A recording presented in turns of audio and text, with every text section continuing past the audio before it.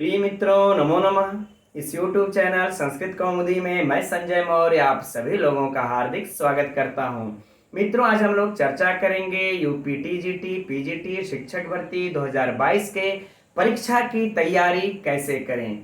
इसकी तैयारी करते समय हमें किन किन महत्वपूर्ण बातों को ध्यान में रखना चाहिए, किन किन महत्वपूर्ण तथ्यों को बिंदुओं को ध्यान में रख करके तैयारी करें कि सफलता हमारे कदमों को स्पर्श करे।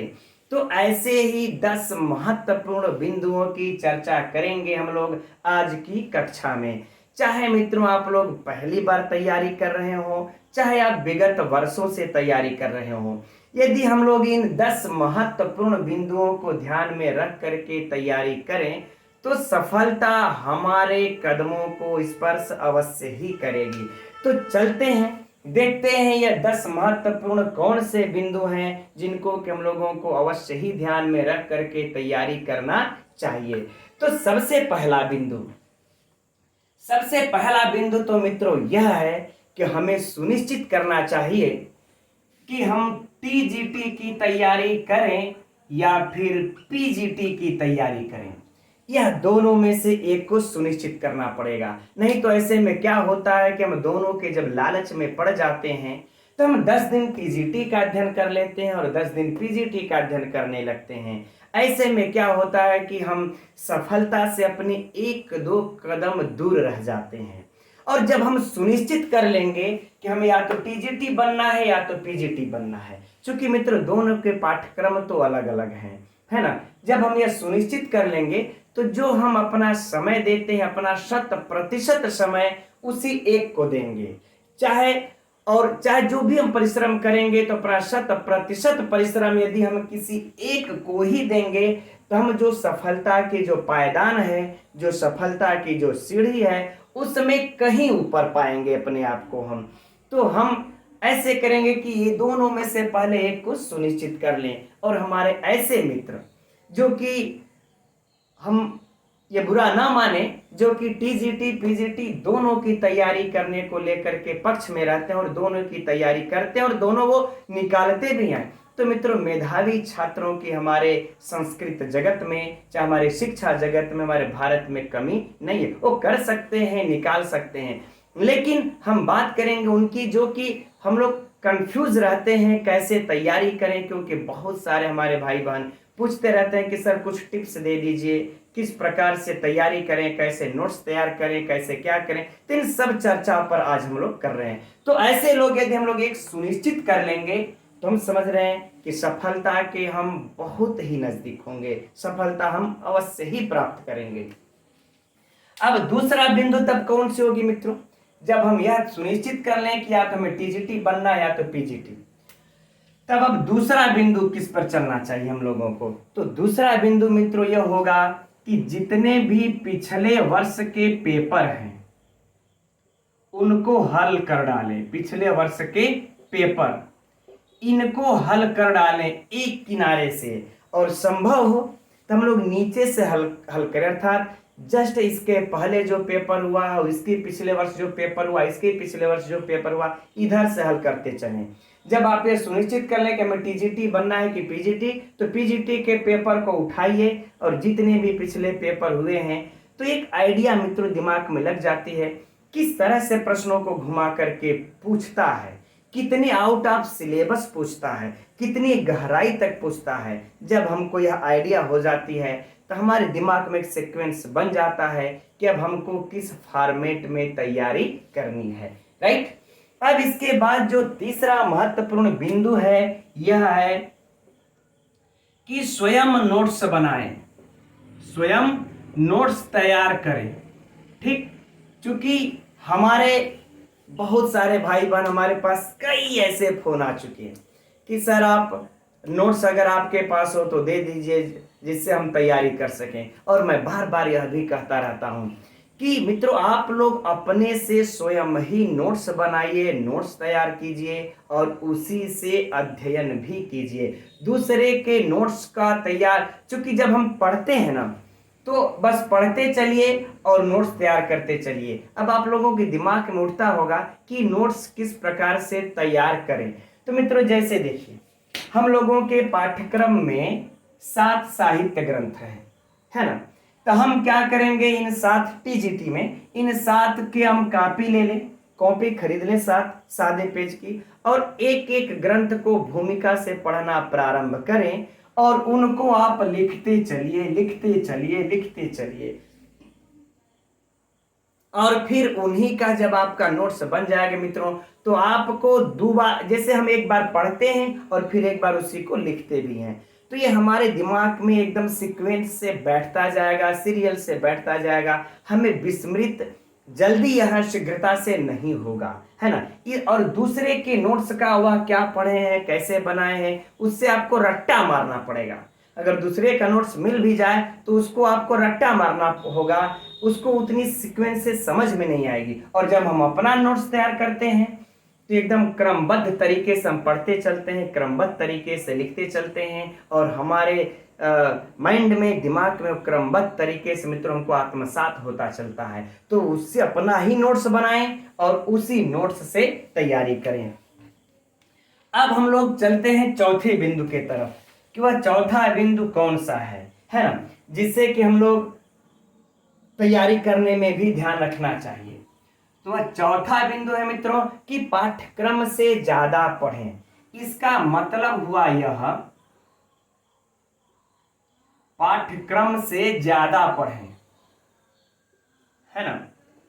कहने का भाव यह है मित्रों यहां पर कि आप लोग यह ध्यान देते होंगे कि परीक्षा जब भी होती है उसमें 1 2 4 5 प्रश्न आउट ऑफ सिलेबस जरूर पूछता है, और अगर हम आउट ऑफ सिलेबस 4 5 प्रश्नों को अगर कैच करना सीख लिए, कैच कर लिए, तो फिर हम वो जो सफलता की जो सीढ़ी होती है, जो पायदान होती है, उसमें हम शिखर के तरफ बढ़ जाते हैं, शिखरता को प्राप्त करते हैं।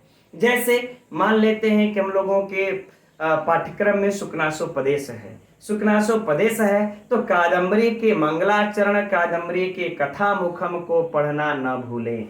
मान लेते हैं कि हम लोगों के अभिज्ञान शाकुंतलम में तृतीय अंक का और उत्तर रामचरितम में तृतीय अंक का अध्ययन करना है, अभिज्ञान, और जो कि अभिज्ञान शाकुंतलम में चतुर्थ अंक का अध्ययन करना है।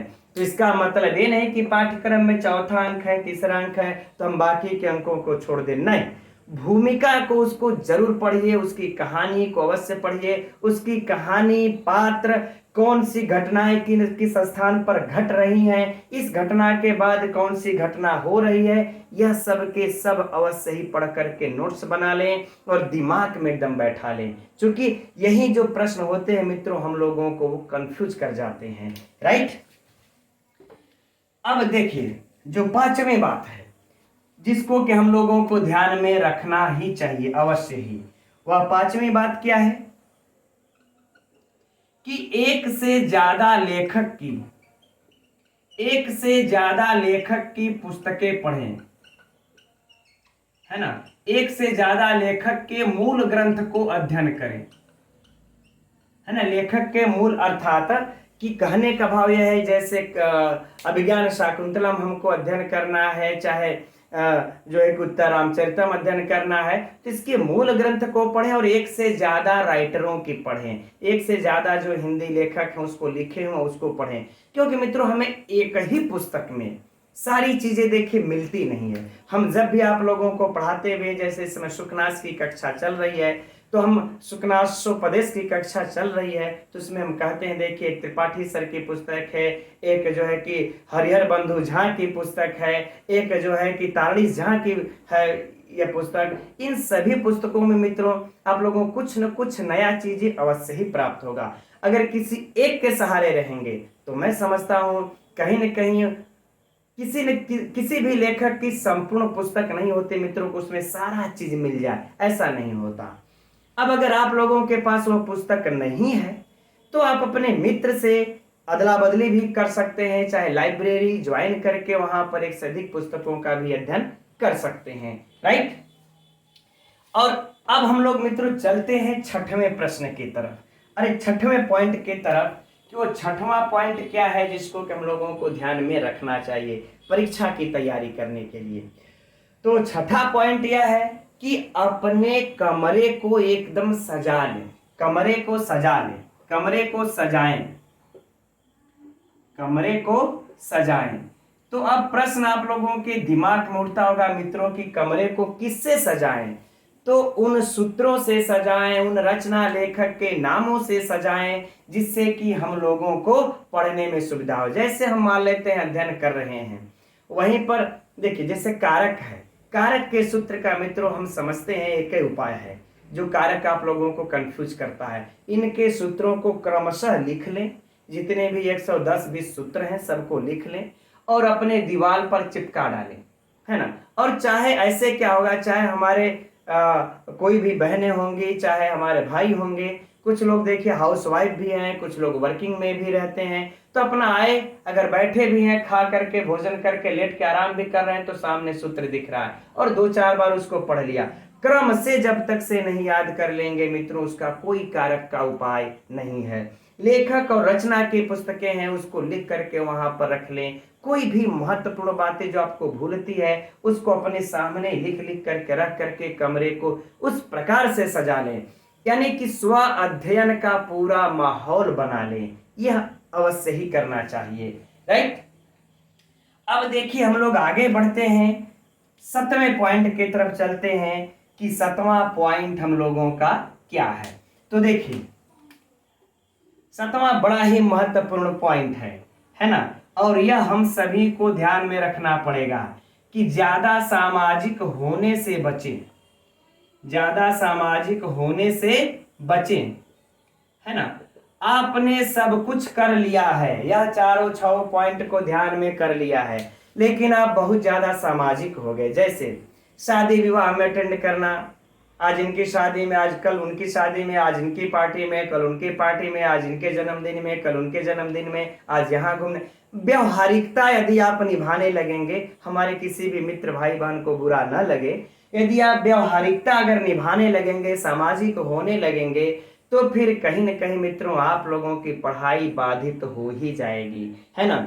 इसलिए यह ज्यादा सामाजिक होने से बचें एकदम, नहीं तो आपका पूरी दिनचर्या खराब हो जाती है, आपकी पढ़ाई में बाधित हो जाएगी। यह हम लोगों को ज्यादा, अरे पढ़ने वाले बच्चे छात्र तो मित्रों हमने भी वही किया है। जब हम वाराणसी में रहते थे तो कभी कई लोग आ जाते थे ऐसी सहायता के लिए, बस अपनी बेड आपका जो हो, आपका बिस्तर जो हो, उस पे बस किताबें दिखाई दे, कमरा बंद करके, हमें किसी से कुछ मतलब नहीं, खाते पीते सोते जागते उठते बैठते, सिर्फ और सिर्फ यह पाठ्यक्रम और अपनी पढ़ाई ही दिमाग में चलनी चाहिए। फिर देखिए क्यों नहीं सफलता मिलेगी।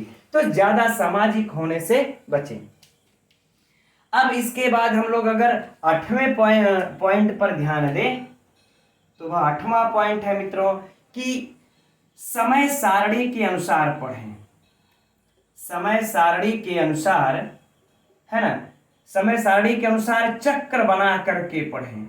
चक्र बना लेने का मतलब अर्थात मित्रों कि आप इस प्रकार से चक्र एक बना लीजिए, है ना, कि यहाँ पर जैसे 7 पाठ्यक्रम है, चाहे साहित्य की पुस्तकें हैं, चाहे व्याकरण की हैं, है ना, 7 हैं, इस तरह से एकदम अध्ययन कर लीजिए, बांट लीजिए आप लोग, ठीक है। अब पहला पर जैसे रख दीजिए अभिज्ञान शाकुंतलम, पढ़ करके संपूर्ण समापन कीजिए। फिर इसके बाद आ जाइए जो आपको रखना रख ले, उत्तरराम चरितम, शिवराज विजयम, शुकनासोपदेश, फिर क्या रख लें आप, नीति शतकम, मेघदूतम, इसके बाद किराता अर्जुनियम। ये चक्र बना करके पढ़ें और फिर अभिज्ञान शाकुंतलम पर आए, उत्तरराम चरितम। यह चक्र मित्रों आप लोगों का चलता रहे, ठीक। और यह समय सारणी के अनुसार कि कब हमको क्या क्या करना है, क्या कब सोना है, कब बैठना है, कब उठना है, कब पढ़ना है, इस समय सारणी के अनुसार चक्र बना ले। और परीक्षा तक आते आते देखिएगा ये आप लोगों का चक्र ना कई राउंड हो जाएगा। इसी तरह से व्याकरण का भी समास, संधि, वर्ण विचार, संधि, कारक, समास, प्रत्यय, शब्द रूप, धातु रूप, फिर से आ जाइए, एकदम संपूर्ण पाठ्यक्रम का ही चक्र बना करके पढ़िए और समय सारणी के अनुसार। ये बातों को तो हम लोगों को ध्यान में अवश्य ही रखना चाहिए।